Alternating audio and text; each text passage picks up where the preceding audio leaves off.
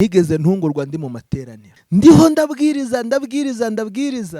mbwiriza noneho ku bijyanye n'ubukwe, uburyo Imana ariyo yatangije ubukwe, kandi iryo tangizwa ry'ubukwe akaba nta muntu ugaragara mu itangizwa ryaryo, ahubwo ari Imana ubwayo bwite.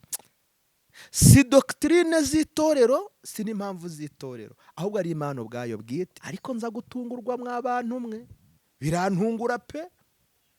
Narindi mu iteraniro rirenga abantu nka 600, numva ikibazo rwose kirakingutse muri nye. Ndavuga ati mwaba mama mwe, mbaza abagore bari bateranye, bariya bana twigisha, tugaburira, tubana nabo ubuzima bwa buri munsi, tukabasapotinga buri kimwe cyose gishoboka nk'ababyeyi. Koko bariya bana bose ni abacu, ni twewe twababyaye.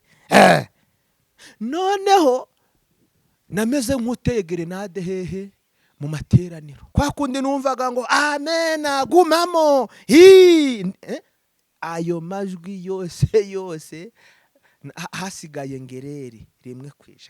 Wagira ngo iteraniro ryose naba mama, ariko ntagira ngo nta nabahari. None ni ikibazo cyagoye benshi gusubiza, kandi nawe uri kunyumva birashoboka ko waba uri muri iyo cyangwa si iyo case. Reka ngusabe kugarukiraho, turinde ubuhamya kandi turusheho no kwiringira Imana. Iyo usubije amaso inyuma ukajya kureba umwana nk'uwo waje gutyo, n'ubundi kanazamo, hari igihe ureba abantu ukabareba ukabarata akantu gafite amatwi mabi, ubanza atarenge bakabyaye tu. Finali unajya kubona ukabona ni ukwitwararikaho, papa bimeze ute, ntiyaryama atakubonye, ntiyajya kwishura atakubonyeho, ugasanga yarakwiyegure kubera iki? Ameze nk'uwatawe.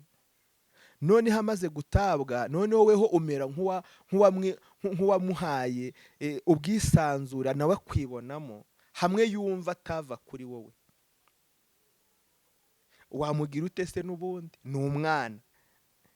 Inda niweho wayikujije, niwayivukishije, niwe wajyanye amasumi, ibishora, ibiki kwa muganga, amavarizi, niweho wamwise izina. Niweho umwigisha, niwe mugaburira.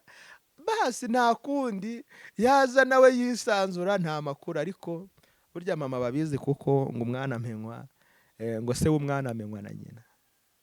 Rero nyaboneka ntimuzabe nk'umwa yari amateraniro mwewe, ahubwo nizere ko habonekaho impinduka. Murakoze, mugire umunsi mwiza, kandi abamama mbifurije kutazaba nk'abaranahuriye nabo mu iteraniro.